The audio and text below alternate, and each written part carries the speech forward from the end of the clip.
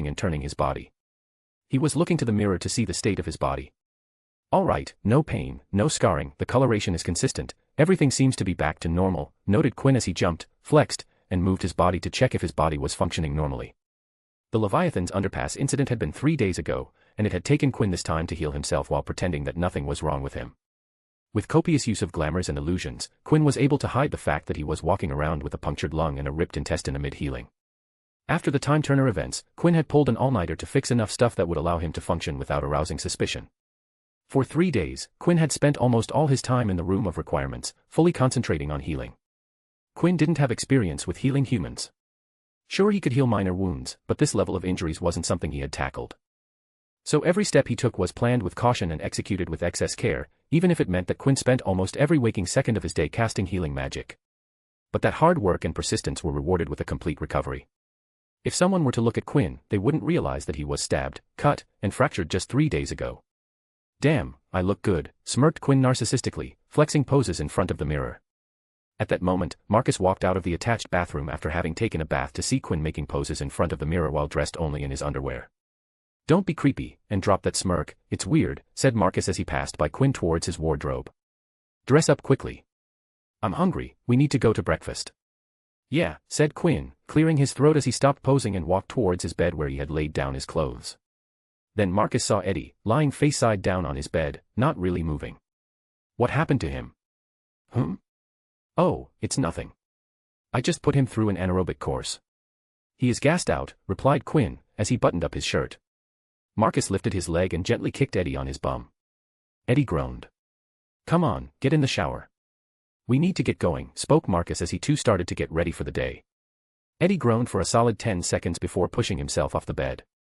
He walked towards the bathroom. As he passed by Quinn, Eddie tried to kick him, but Quinn arched his back forward, making him miss. Quinn chuckled as Eddie clicked his tongue and walked into the bathroom. After getting dressed, Quinn and Marcus went down to the common room to wait for Eddie as he got ready. Good morning, Luna, greeted Quinn and sat beside his favorite Ravenclaw, excluding himself, of course. Luna lifted her head from this week's copy of Quibbler to face Quinn. Good morning. She then stared at Quinn for a good few seconds before asking. It seems you are feeling all right. Quinn sat down beside Luna and raised a brow in inquiry. What do you mean? I was always all right, Luna. Inside he was feeling a little worried. You weren't feeling well for the past 3 days, but today you seem fine, answered Luna. Why do you say that?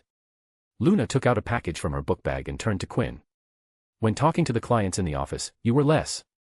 Quinn-like, it wasn't that different, but I noticed it. Second, you were smiling and speaking less than usual, so I assumed you weren't feeling well.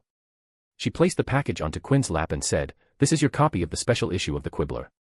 It goes out next week, but Daddy sent 2 in advance, one for me and this one for you. Quinn stared at Luna in amazement as the blonde went back to reading the special issue of Quibbler while holding it sideways because of the sideways layout of one of the articles inside. He had thought that he had successfully pulled acting normal, but it seemed like someone observant like Luna, who spent a lot of time with him, noticed that something was wrong. I still have a long way to go, it seems, smiled Quinn, but then another thought entered his mind, and it made him think, maybe it's a good thing. Quinn took out a chocolate from his pocket and held his hand in front of Luna. This is for you, Luna. But don't eat it now, okay? Luna glanced at the chocolate, picked it up from Quinn's hand, pocketed the small chocolate before going back to reading. Marcus came back from checking the in-house library to see if it was updated. There are 2 new books, one on arithmancy and the second on astronomy. Why are you smiling? Asked Marcus when he noticed a broad smile on Quinn's face. It's nothing, replied Quinn as he put the special issue of the Quibbler into his book bag.